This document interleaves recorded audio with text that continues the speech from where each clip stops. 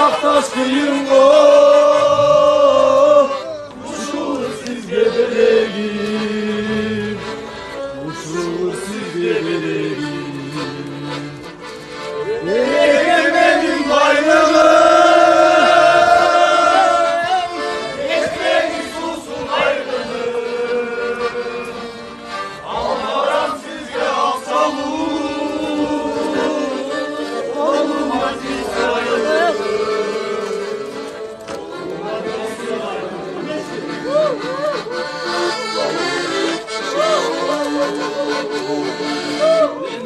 Gülü solmasın ve güneş günler olmasın. Rüzgarlar kapam olsa da